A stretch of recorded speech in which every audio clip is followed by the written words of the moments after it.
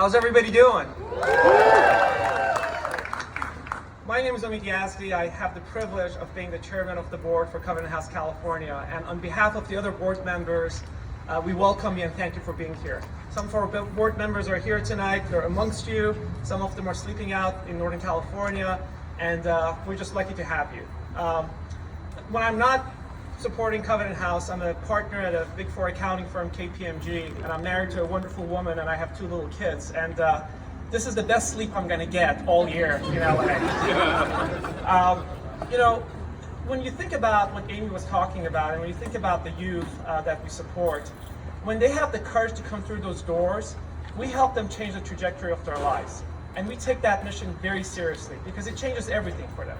You're here tonight because you're creating your own legacy.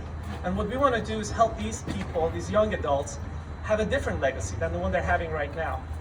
But just as importantly, I want to recognize the staff at Covenant House, California, whether you're in operations, administration, marketing, development, finance, and especially the program.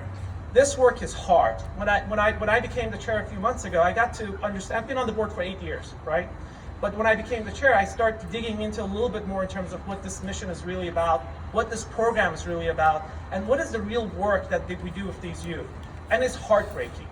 It is difficult, it is gritty, but we're not going to give up on this fight. So if you're an employee of Covenant House, California, could you please stand up so we can acknowledge you, please?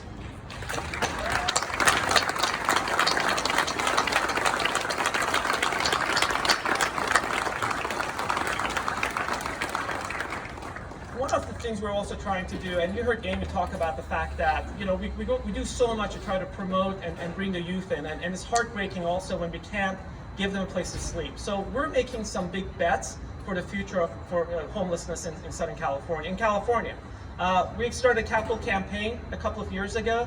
We are not quite halfway there, but we're getting there.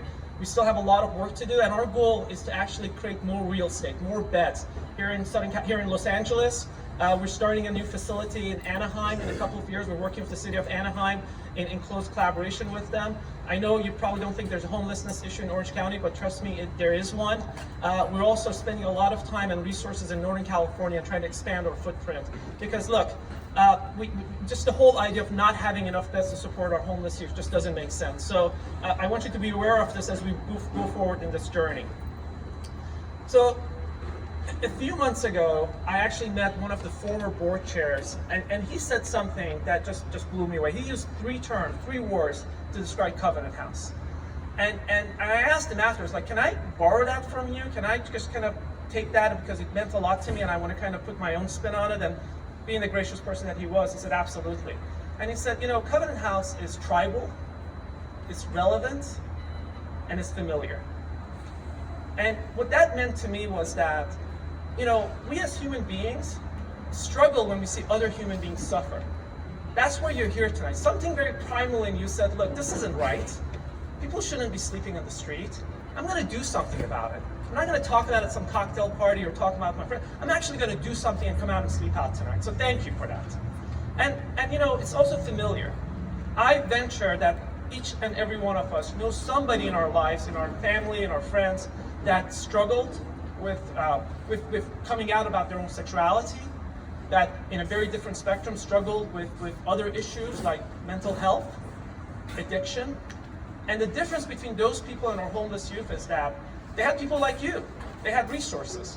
They had a way to address that and move forward. Our youth do not have those options when they're in the street. In addition to all of those things, all of those trauma and those challenges, they're out there surviving on their own. So it's familiar. We all can relate to what they're doing. And it's also relevant. It's relevant in the sense that, if you haven't guessed by now, I wasn't born in the US. I was born in Iran. I came here as a teenager. My wife still tells me I have an accent. There's an ongoing debate in our household whether I do or not. Please don't agree with her right now. But it's incredible to me that we live in the wealthiest nation in the world, and yet the issue of homelessness is a huge challenge for this country, for this state, and this city. And with all of your help, we're going to fight this fight. It's not an easy fight.